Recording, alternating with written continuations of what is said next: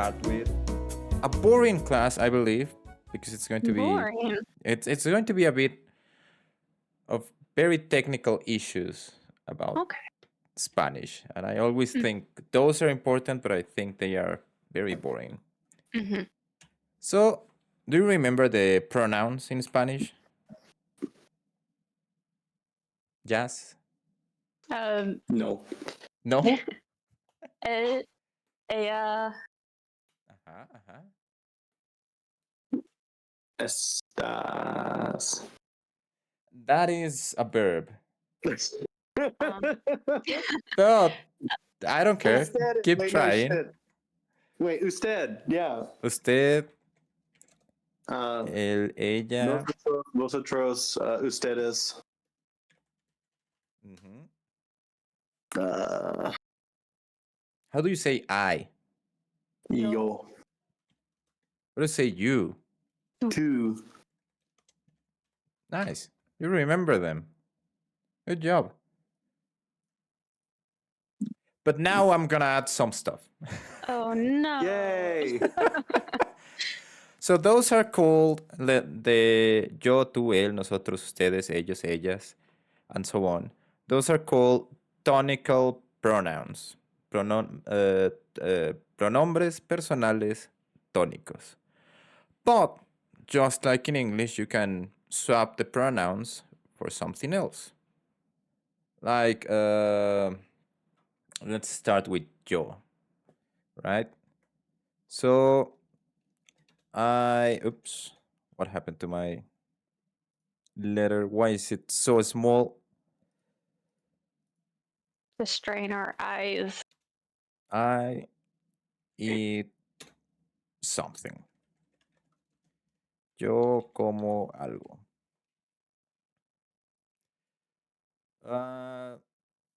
So far, so good. But what about me? You told me. That would be in Spanish. Tú me lo dijiste a mí. This part is this. And conmigo is fuiste conmigo al parque. You went to the park with me. This with me is conmigo. In fact, it's the same thing. Like if you Literally on me. Go. So with is con, but migo is not a word. Migo by itself, it's not a word. Mm-hmm. So we just put them together. Conmigo. So with me, it's just with me, conmigo.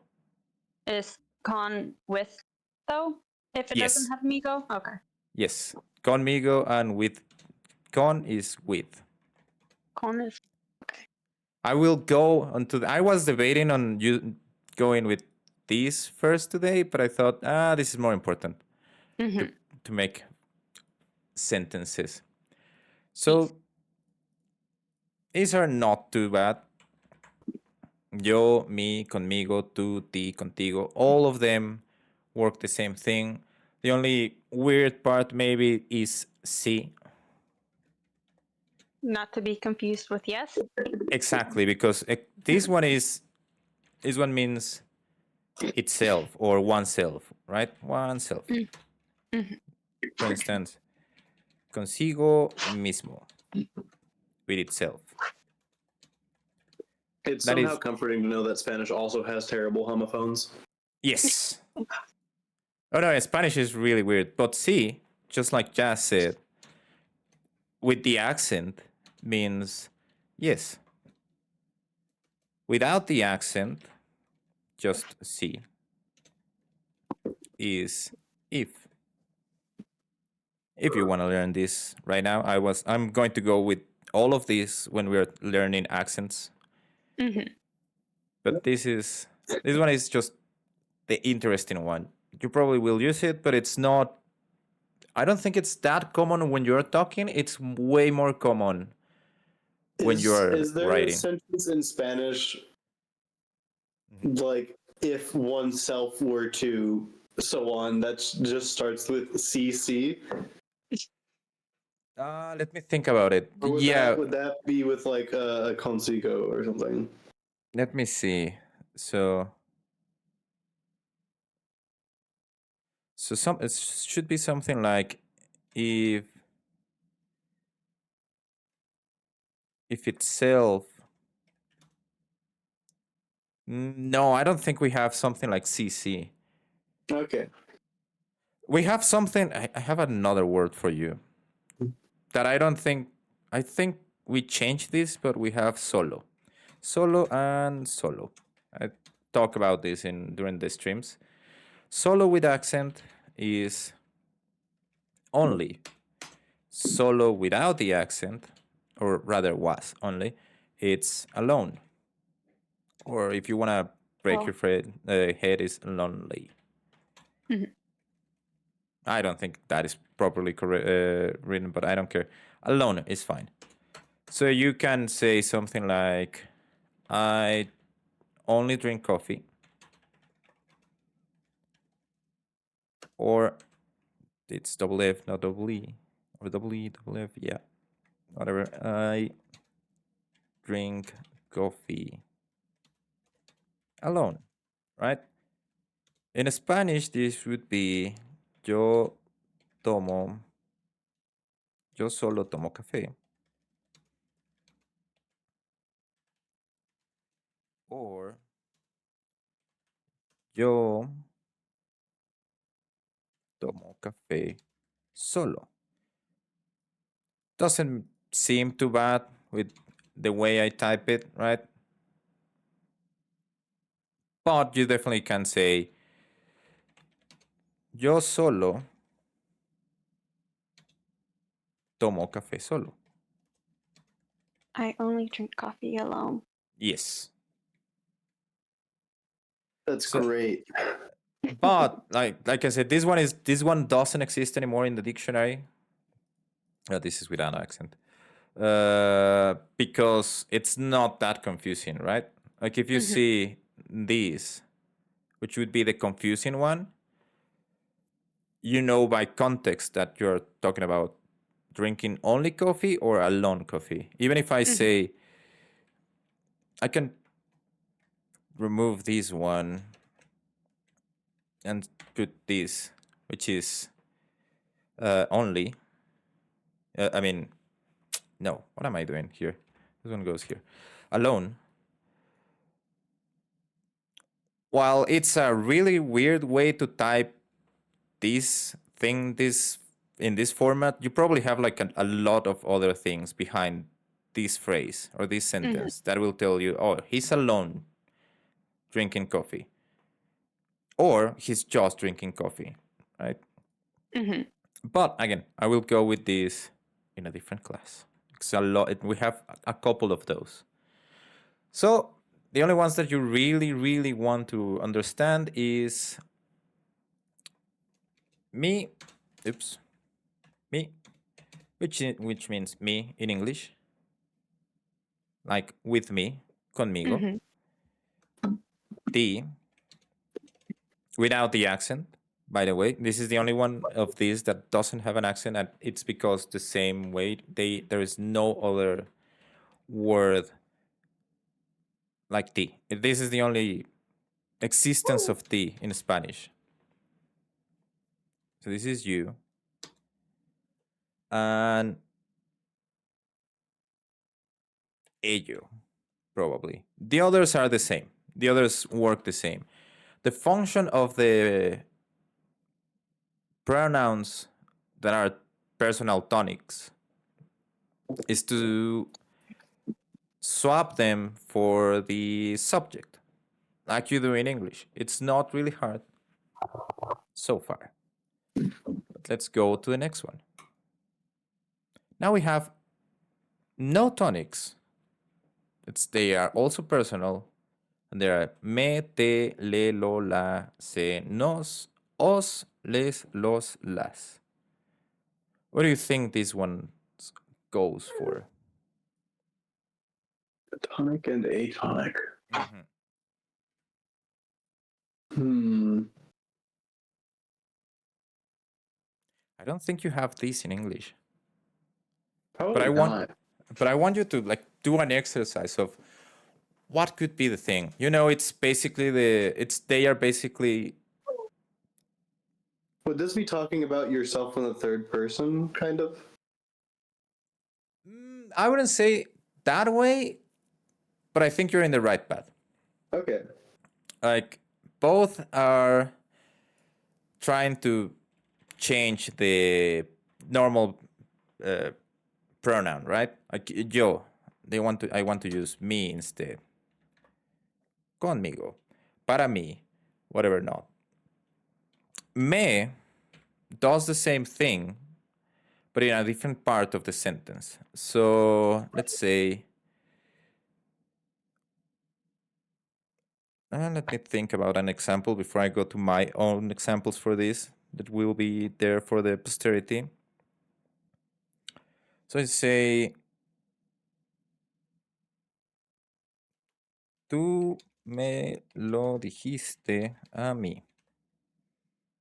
You told me, right? That is a sentence. But in this sentence already, there is a me. Yeah. Why does it occur twice? Why does it occur twice? This is just, I was trying to avoid this, but this is, I can't help it. This is a sentence called dative sentence. And it's just to be more emphatic on what you say. The point of me really is to avoid this part, the direct object of the sentence. So you can say, tú me lo dijiste a mí, but usually you can just say, tú me lo dijiste. And it's exactly the same thing. This me is telling to the sentence to whom you to whom you did the action, the verb of the sentence.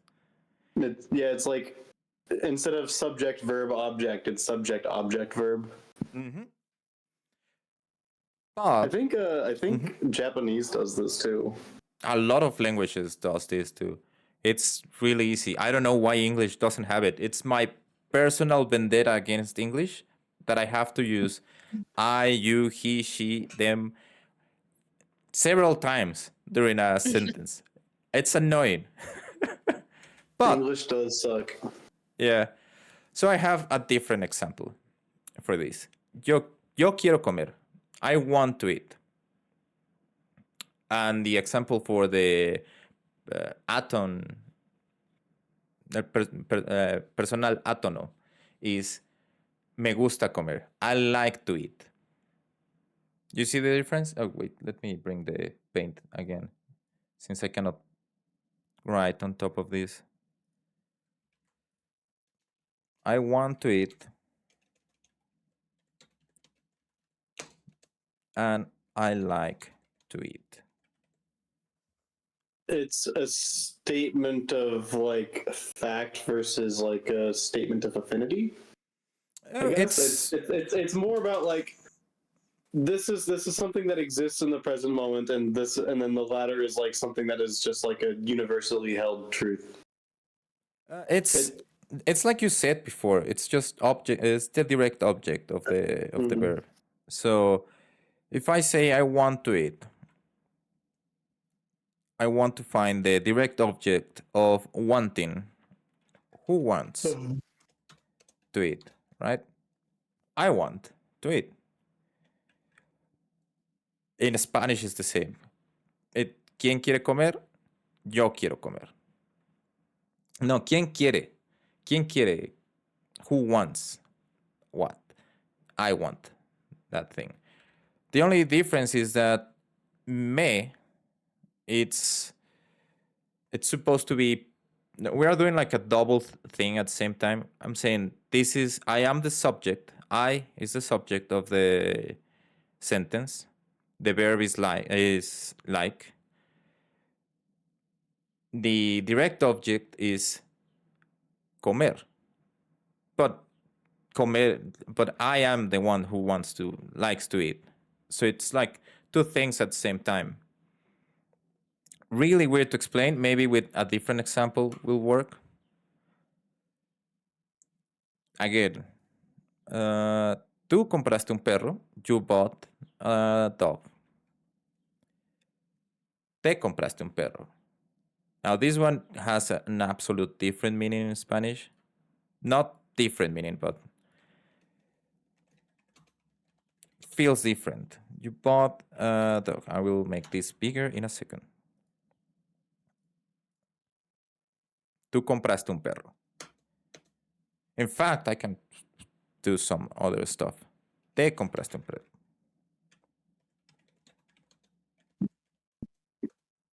This one is exactly the same thing in English. You bought a dog. But with this sentence, I'm saying who bought the dog. I'm answering. It's very weird. This is why I was like, this is going to be boring, and really technical about Spanish. But it is what it is. Let me find another example because I tried a bunch of them. Oh, this one works. This one perfectly works. So we have the sentence in Spanish. He bought a dog. And the other one is she sold a dog to him. Oh, let me move this a bit to the left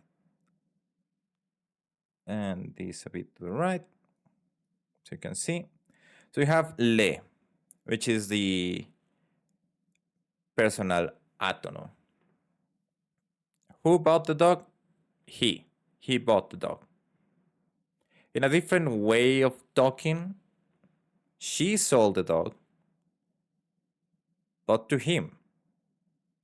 This to him is le. And it's easier when you have an actual full transitive verb that has a direct object.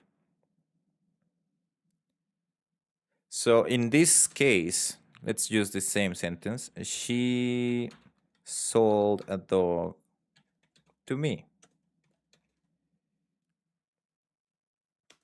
We have two ways of saying this. Ella me vendió un perro. Or ella vendió un perro a mí. Exactly.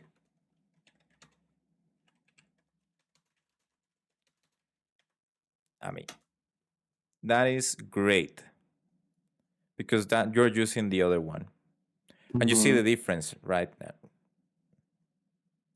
This I'm trying to make the sentence a bit smaller. Try to be forward with what I'm saying. This one is more, I don't want to say traditional because there is nothing traditional about language. But it's more, there are more words. Yeah. Are you getting the difference between both? Do you want me to have more examples? To try? I am completely lost. Okay, don't worry. Let's see if I have something here. Maybe this one. Ella dijo azul. She said blue. And this is what I'm trying to say, that these pronouns can absolutely remove the I, you, he, she, them.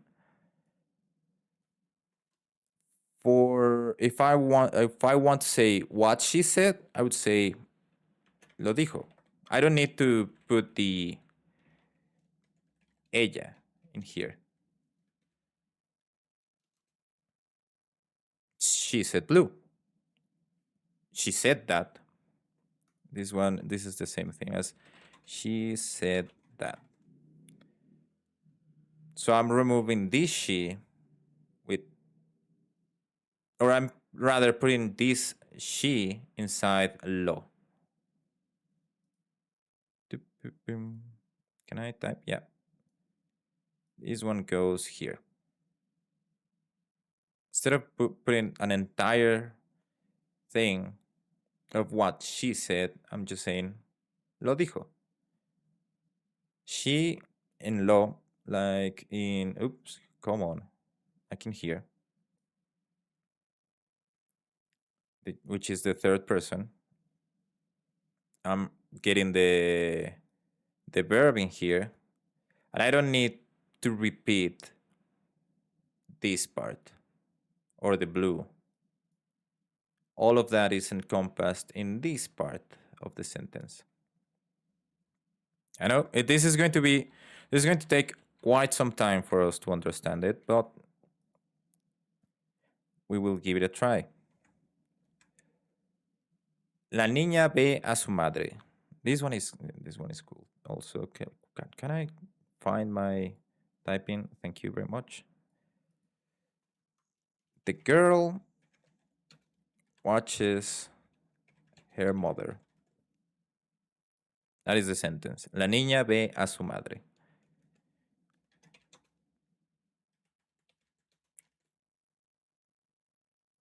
She watches her. Ella la ve.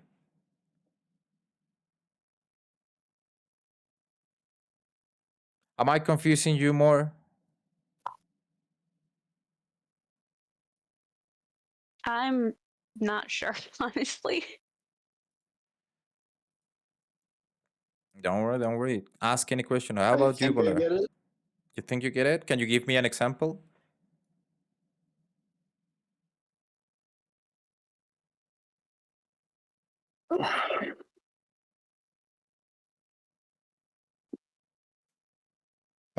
¿Cómo se dice she walked the dog? Ella pasea al perro. So ella pasea el perro. Could you also say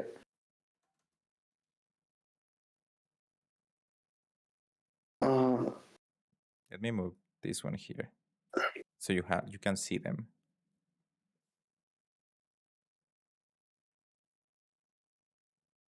would I had it for a second. I think you have it, yeah. Would you just replace ella with la? I feel like there's another way of saying the sentence though. Yeah, this one has like several ways to say it, but let's go with what you say. La. I like that. You're swapping ella for la. Would it be la al perro pasea?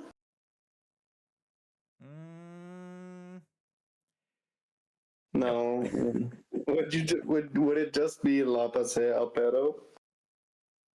Yeah. Let me swap this. I feel like there's a more convincing example here that I'm missing. Probably, but we're gonna learn together. So let's swap the gender for the dog for a female dog. Mm-hmm. So we say la pasea. Simple as that. Mm-hmm.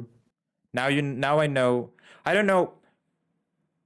I really don't know who is the subject, the real noun of this sentence, but I know she's walking out a female something. That is what I'm getting from la. So probably the best way is ella la pasea. What we are swapping there we here. Go. Thank you. I think that's what I was thinking of. Probably, yeah. What we are swapping here, it's not the. It's not ella, but rather we're swapping the subject, the object of the sentence is being exchanged for la. Yeah, the direct object of this. Instead of saying the dog, you're basically saying, instead of like she walked the dog, it's she walked her, where her is the dog. Yes, exactly. Thank Good job. Okay, cool. Do you want to give another one?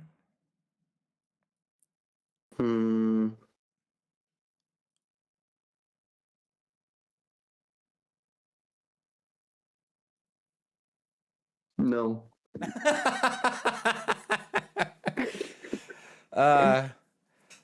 Give me a minute to think of one, maybe. Okay. How about you, Jess? You still have questions, right? I'm assuming. I think I understand it a little better, but I understand it in English terms, not in Spanish terms. That is okay. That is sense. okay. Yeah. If like the point is, if you get it on English, then we can translate it on Spanish. So give it a try on English.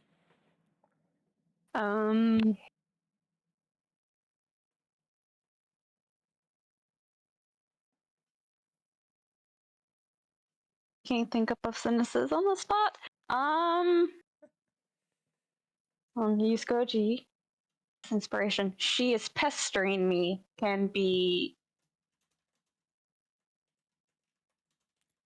I don't know how pestering. I don't know how to spell it either. It's okay.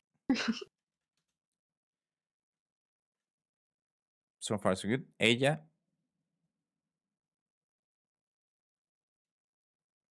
está. Oops.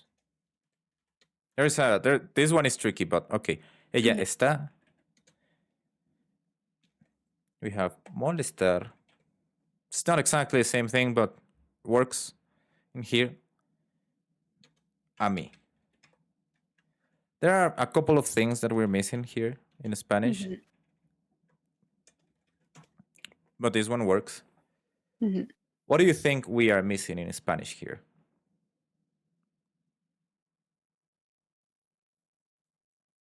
I have no idea. Ella me está molestando. Oops. A mí. But, like I said, with the double personal pronoun, you could also say ella está molestando me. And you can even go further and say me for no reason. But this is like a really other good example of what we're trying to do. Some words, they would go, like you could put this part in here, like I did. Okay. So it's molestándome.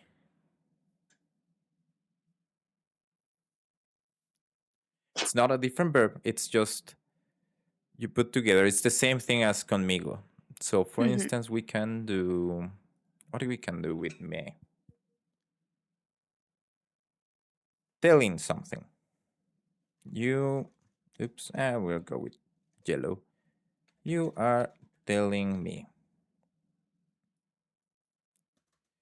Me estás diciendo.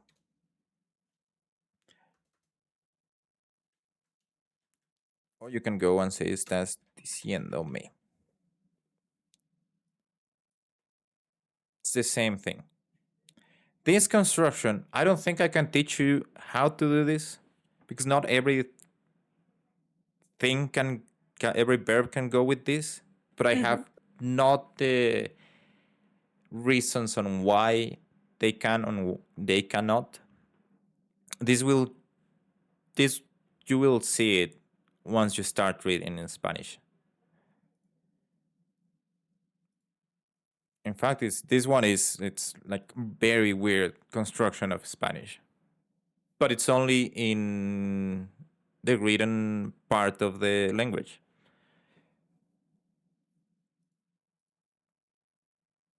You can even go and say, for instance,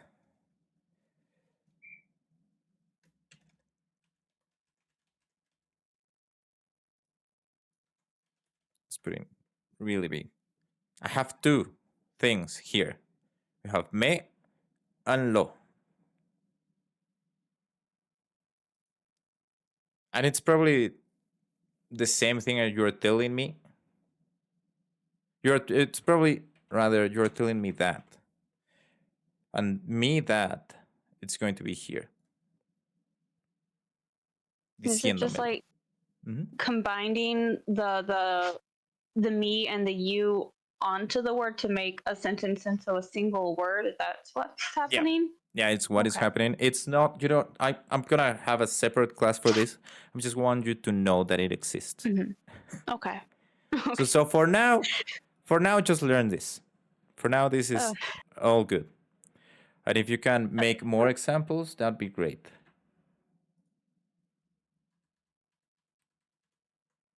Do you have another one, Bolara?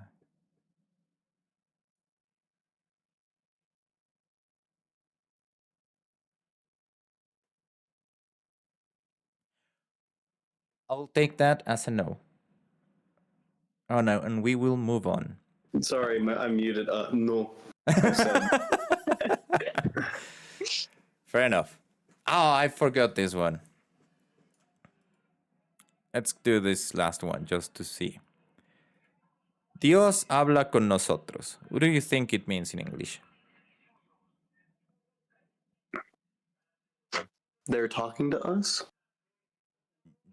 Okay, that works. They are talking to us. But who? Who is Dios? Oh. Oh, fuck. I mean, depending on the religion, yeah, they fuck. Shut the hell up. God is talking to us. Oh, okay. That is the first sentence. God is talking to us. Again, you cannot put this in English, and this is going to take some time. But in Spanish, the other one, instead of is talking to us, all of that.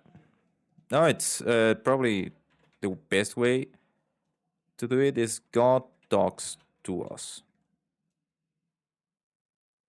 And I'm removing this part, maybe. I don't know. It's really weird in English. Really, really weird in English. In fact, if you go into the Google Translator and put both there, you will end up with God is talking to us. I did it. But just to see the difference, maybe this is the way. Right now. God is talking to us. God talks to us, just to make it visual in English. Means Dios same nos thing, habla. but formed differently. Okay, let's move to the next one. Not that one, it's the same thing.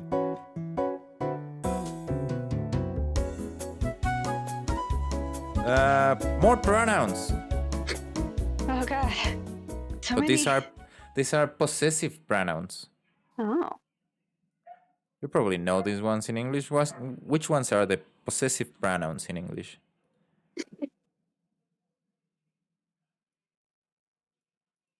My, mine, My, mine, yours, theirs, ours. That's it. That's it. I think so. I hope so, because I can't think of anything else. Well, these are the same in Spanish. Oh, his, hers. There we go. His, hers. Good.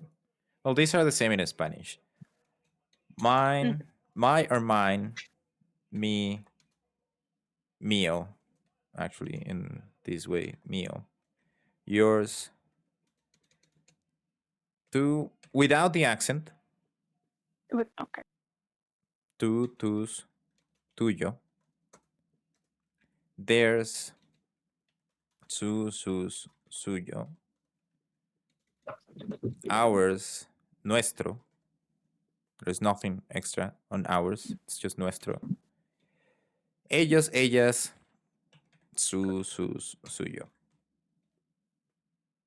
Let me put some more spaces here. There we go. These ones, I don't think you need extra stuff. This one doesn't behave differently. They're exactly like that. So if you say something like, my dog, mi perro. Mi perro. Now I can put Volar on the spot and actually ask her for another example for possessive pronouns. In English or Spanish, whichever you want.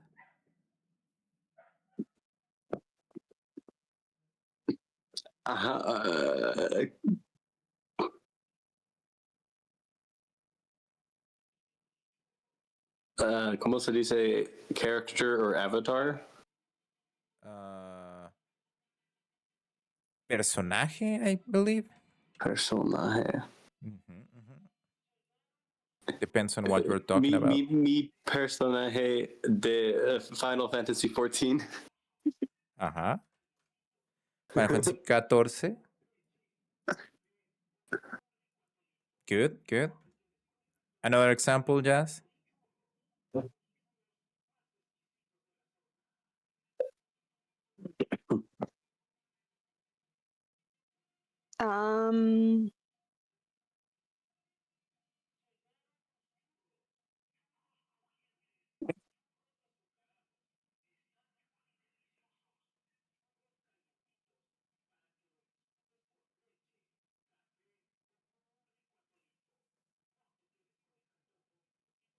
Tu gato? Su gato, good. Of whom, exactly? Tu, like yours. Tu gato? Tu gato, okay. Yeah. What about su then? Su.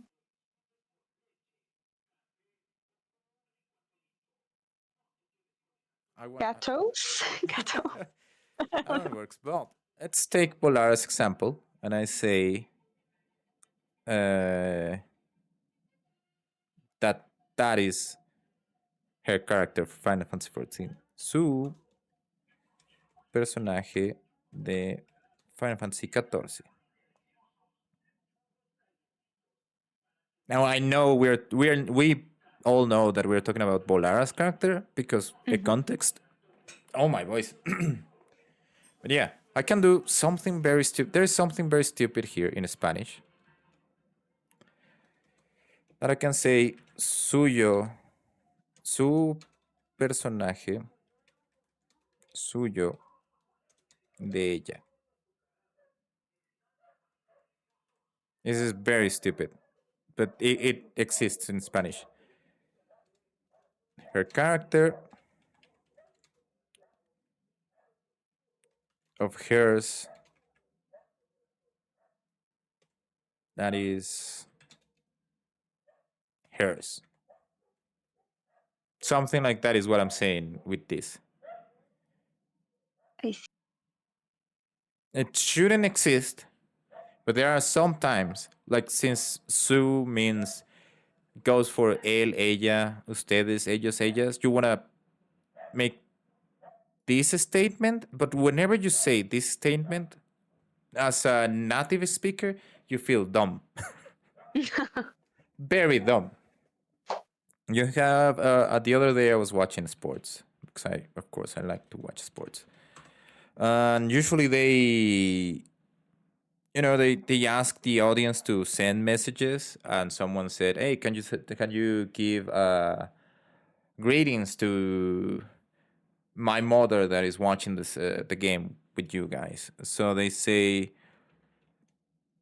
a su madre o a su padre, un saludo a su madre, a greetings to their mother, right? But since this is lacking a bit of context, this Su, the other host of the match, in a joking way, he said, "My mother." Saludo a mi madre. But we all know in that regards that they are not talking about his mother, the co-host. We're talking about the mother of whoever sent that message. This su is also works for usted. I don't think I put it before, but you can see it in ustedes. Mm-hmm. Usted, if you remember correctly, is the formal way to talk to you in Spanish. So it makes like a really awkward moment, and then the other co-host had to say, no, not su madre de usted. We're talking about the mother of that other guy that sent the message, and we all feel stupid hearing that conversation.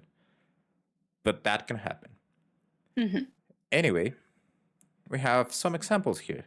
Now that I put you over the spot, mi perro, tu casa, su familia, nuestro DPS, su vida. So far, so good. Did you get this one? This one was easy, I believe, compared to the first slide. Sí.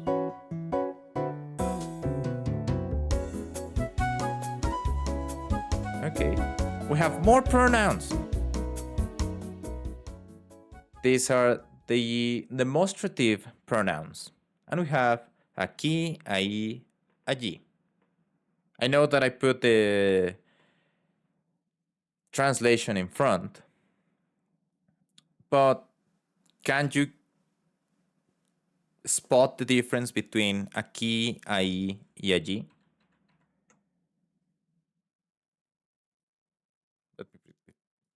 You don't see the difference now.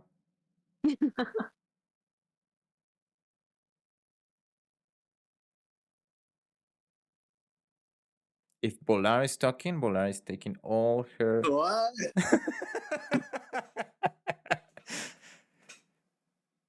Sorry, could you please repeat the question? Yes, ma'am. Yes. What do you think is the difference between aquí, ahí, y allí? Just based on what... I knew this at some point. Uh-huh. It's like aquí is here. Yes. I'm assuming allí is there. Yes. Ají is anywhere? Somewhere? You're mostly there. The problem here is that Elsewhere? ahí doesn't exist in English. You only have aquí y allí. In English, you have here, there, there. It's here, there, and in between. Yeah, so allí is very far away. That is what I'm trying to do with the dotted lines. Aquí is here. So allí is all the way there. Ahí is something that is not exactly here, but it's also not there. It's a bit far away from you, but not too close to you. Now, this is important because we do this with a lot of things in Spanish. We have este, ese, and aquel. And it's the same thing. You don't have ese in English. So you have this or this in plural, those, and that one or those ones. Those are just farther from you, way farther from you. Ese is like between here and like between these and those. These are the same, just in female versions, because you can put almost every single word in female in Spanish. You have esto, eso, y aquello. And it's the same thing. It's these, those, that one, those ones, whatever not. Now, here's the problem. And I think I put this because this is the funny thing. We do this with time. So we have ahora, now. We have luego, after, later. We have después, which is a bit later than after or later. We have al rato, which is what Bolara said. It's somewhere in time, sometime. It's not now, but it doesn't necessarily mean way, way later, like on these other examples.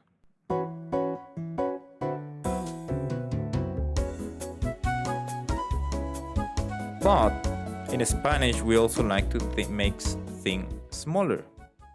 So instead of, for instance, a small dog, you know that the word for dog is perro. Mm-hmm. A small dog is going to be perrito. Same for gato. Gato, gatito. And so on and so on. Then we decide, especially in Mexico, that we can make time smaller. Small. Ahorita. What do you think? What the hell do you think ahorita means? Ahorita. A smidge. I don't know. I just wanted to say a smidge. A little. I mean, literally a little now, but. Yeah. Okay. Soon, like immediately. You think it's immediately? I don't know. I can't decide if it means more or less urgent. What do you think? What do you think? It's probably less urgent. Less urgent? Sounds great. Yeah. So a little now. A little now. A little now. I think it's the best explanation. So let's bring some brushes. You're gonna love this. So you have, this is the time, right? Allegedly, this is a time. So you have allegedly. We have now. We have later. T=0. And then we have somewhere in between. This is al rato, and then we have después. Let's bring it here. Ahora. Al rato. Luego, let's move this one here, and we put this después. So, since Volar said, ahorita goes right here, but it's a little now, so it's not now. So it's maybe a little in front of now, right? But then you have a really problematic problem, right? Philosophical problem, if you want. Can I make this bigger? Yeah, thank you. So if now was here, and you say a little now, it's like, a couple of seconds later. Now you are here. Now you're in the now. But ahorita is still happening, so it's like here still. So you end up with a problem that ahorita is always. Ahorita. Is it the 5 more minutes dilemma when you don't want to wake up? It's kind of the same thing. It's basically that. So ahorita is the little now that keeps going. Goji. So if you want to do something, like if your boss say, or if I want you to give me an example of something, like I said, give me an example of aquí. Volar can say, sí ahorita. And I will understand that Volar can do it right now or something between now and later. That is ahorita. It's y'all's version of ASAP, as soon as possible? No. It's totally opposite. Middle now. It's a now that never happens in reality. The problem with ahorita is that it's not now. But you're not saying also al rato.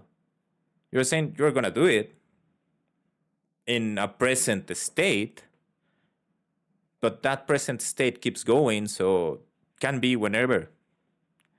I'll get to it. You'll get to it. That is another way to do it, to say ahorita. Now, ahorita is a really good word.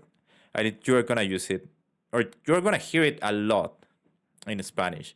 And if someone says ahorita, that they are going to do something ahorita, No. You really need to ask this exactly when. Ahora, al rato, luego, después. When are you gonna do it? Ahorita doesn't work. Ahorita is from the present to the infinite. That is ahorita. Are there any other little times? Little times? I cannot think of another little time. This one is like Despacito. you mean like we can make everything like that. So I can say al ratito. Oops, that is not al ratito. But it means exactly the same thing. Al rato. It's just less aggressive. Yeah, I can say despuesito. Lueguito. Oops. Lueguito. Those are little times. But they are not as weird as ahorita. Nothing is as weird as ahorita. And I don't think it's an issue for the rest of Latin America other than Mexico. I could be wrong, but yeah. Do you like this? Did you? That's fantastic. I think a little now is really fucking good. I like it. I knew you both love ahorita, my ADHD friends. Yes. Oh yeah, you know. Eventually. Yeah, like I was gonna give you an example for Jazz that can understand exactly how ahorita works. When are you going to finish unpacking for your apartment? Ahorita. Ahorita, exactly. That is perfect because you're like the unpacking for you in this case. It's a great example of ahorita. Yeah. Because you start unpacking, you don't finish. You're doing it right now, and you keep going and going and going, and that is a good example of ahorita. Ahorita. I do have a project for this weekend that will help with it. My bed Nice. frame and dresser arrived, so I can make those and actually put away all my clothes. Nice. I can give an example for Volada, but I can't remember what you did that it was like an ahorita moment. That is very ADHD. Oh, you had for the longest time since I've met you, you have the phrase thinking about the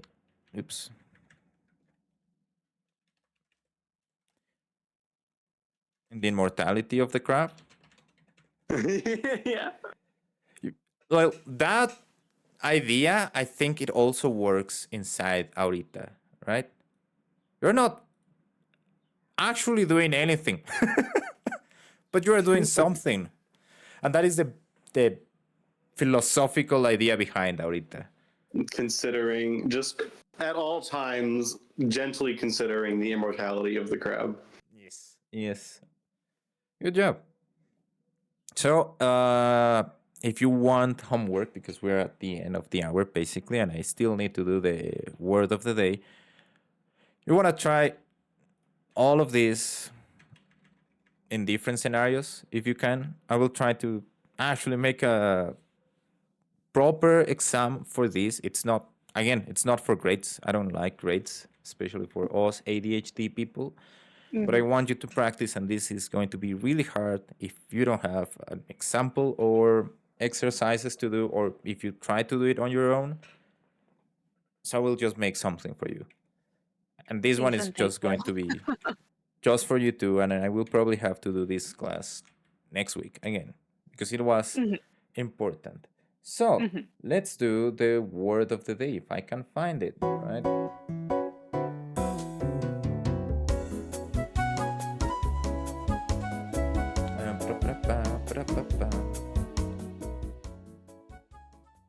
It's not enable this, please, and thank you. And let's get the word of the day going. The word of the day is the fuck is psicología? Every single time. Probably Polar has an idea of this. Do you know? Maybe. Of what? Hipología. Hipología?